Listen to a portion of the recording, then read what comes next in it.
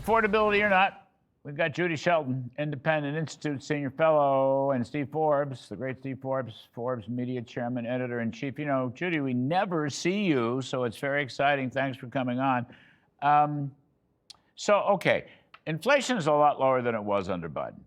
And Trump's got it 2.5% to 3%, depending on how you count it. Is that good enough?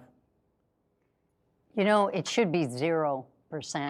The original legislation actually said that the Fed should shoot for 0%, because if you really think about stable prices, which is the mandate they quote so often, they're going for stable inflation, and they're not even hitting that 2%. But stable prices was always meant to mean they should try to bring about zero inflation. So on that point, Steve Forbes, let me go to this. I was having dinner with somebody, smart person, very smart person, who suggested the following. It won't be zero, but suppose Congress legislated, passed a 2% target, which they never have done, by the way. They've never really stipulated. 2% target. So if the Fed chairman can't make a 2% target, let's say in a year or two, that is cause for firing.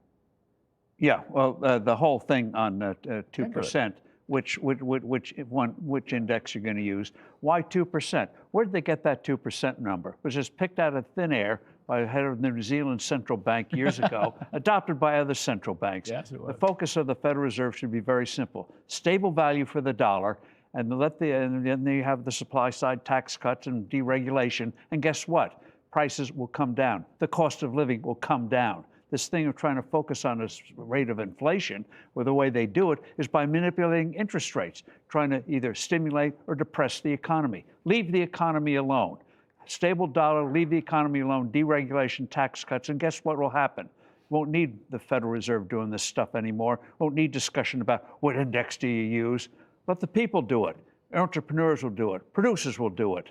What about, I know a president that is kind of intrigued by gold-backed bonds. And I know you just wrote another piece about that. We've talked about this down through the years. I kind of like it myself. I'd like them to be like 50 or 100-year bonds backed by gold. Just that one issue, not every issue, just one issue. Would that solve a lot of these problems?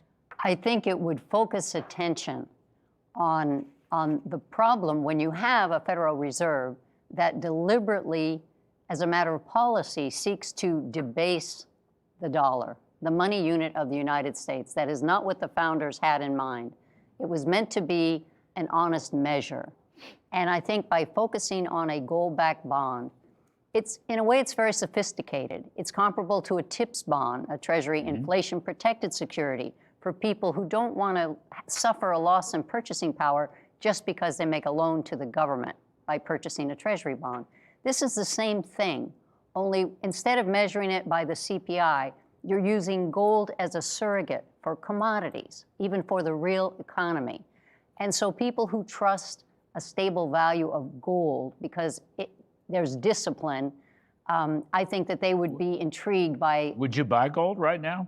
And you know, I mean, don't... How would that impact the gold-backed bond? Gold's expensive, $4,000 an ounce. Now, I don't know, it may go to $10,000 for all I know.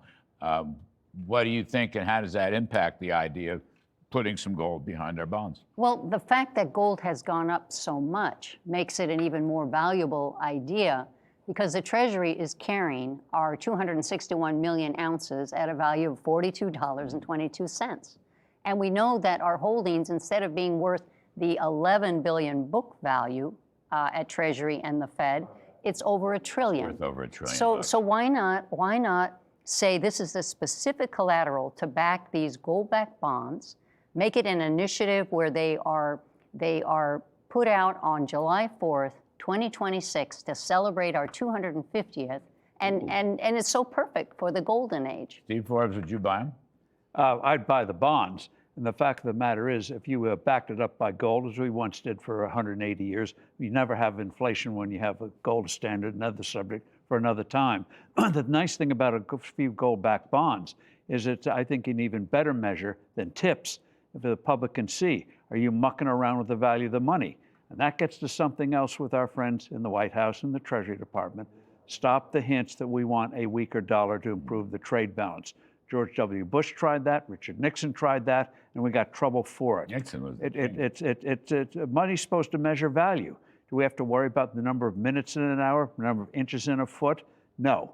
Money should be a measure of value, period. We're celebrating the 250th anniversary of America.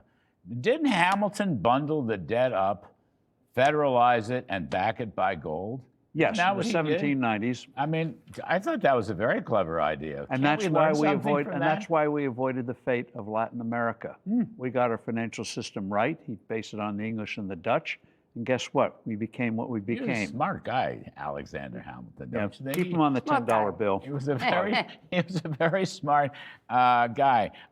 Inflation, real quick, got to go out, but inflation coming down or going up in the next year, Judy Shelton? I think it should come down. No, but what will it do? Forecast. I think it will come down Okay. because of the impact of the supply Yes. side measures. Yes, Steve Forbes. Inflation going to go up or go down in the next 12 months? Ask Scott Bessent. Firm up the dollar, you'll see monetary inflation stable instead of the dollar getting weak. If not, we're in for another bad ride. Would you back up? The Fed might have to inch up interest rates. No. It's possible. Leave interest rates alone. Let the market set interest rates, just like markets set prices. How's that for a You revolution? hear that, Hamilton? You hear that? Here's what they're saying. That's what he believed. We have to commune with Hamilton. Judy Shelton and Steve Forbes. Thanks both.